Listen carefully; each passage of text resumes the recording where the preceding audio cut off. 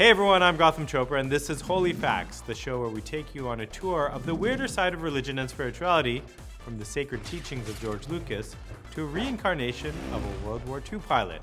Put on your cleats, grab your helmet, and don't forget the juice boxes and orange slices, because today we're taking a look at the purest, most universal religion of them all, sports. Take a knee.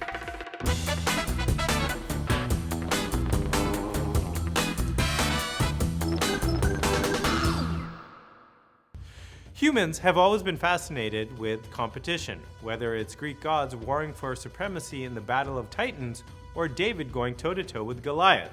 We've always loved a good winner-take-all fight. But modern professional and college sports have become a religion all their own. Think about it.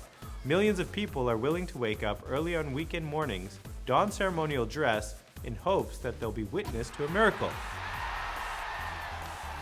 Even the word fan derives from the Latin word fanaticus, which means divinely inspired. And both worship holy relics. Jews have the Torah, while sports fans have James Naismith's handwritten founding rules of basketball. The pages sold at an auction for more than $4 million and have their own dedicated building at the University of Kansas. The sports fans' equivalent of the Shroud of Turin is Curt Schilling's bloody sock, which the Red Sox player wore over his injured ankle during Game 6 of the 2004 American League playoffs against the Yankees. The game proved to be the decisive moment in Red Sox history, and the sock, in turn, took on mythic importance. The second bloody sock, worn during the World Series, was later placed in the Baseball Hall of Fame, where the Red Sox Nation can worship it in person. Like the Hall of Fame, many sports sites have taken on near-religious significance for the fanatics amongst us. Us Red Sox faithful bow down to the green monster at Fenway Park, Cubs fans worship the Ivy at Wrigley Field, and cheeseheads make pilgrimages to the frozen tundra of Lambeau Field.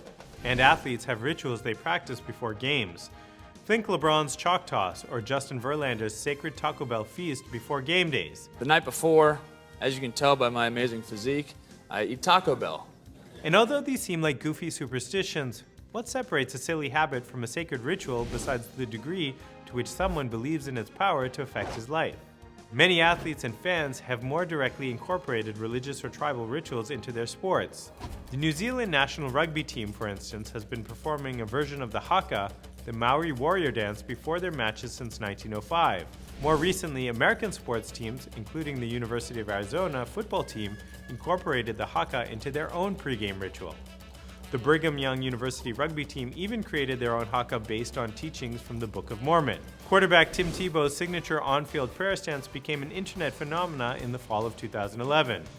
Known as Tebowing, the pose brings together three things we love: sports, spirituality, and silly internet fads. Although Tebow's prayerful nature has been widely mocked, he's not totally crazy to ask for miracles, since sports history is rife with buzzer-beating, seemingly supernatural plays. Underdog Rulon Gardner beating the unbeaten Alexander Karelin in Greco-Roman wrestling at the 2000 Olympics. The U.S. hockey team triumphing over the Russians at the 1980 Winter Olympics, or the Immaculate Reception during the Steelers-Raiders AFC playoff game in 1972. Although these may seem like insignificant moments in the grand scheme of things, they are the closest many people will get to feeling the presence of a higher power, or like God is really answering their prayers. There's just something about sports, isn't there, that provides a sense of connection and belonging to something bigger than ourselves and transports us to the highest highs and the lowest lows. Is sports your religion? Let us know in the comment section below or by uploading a response video.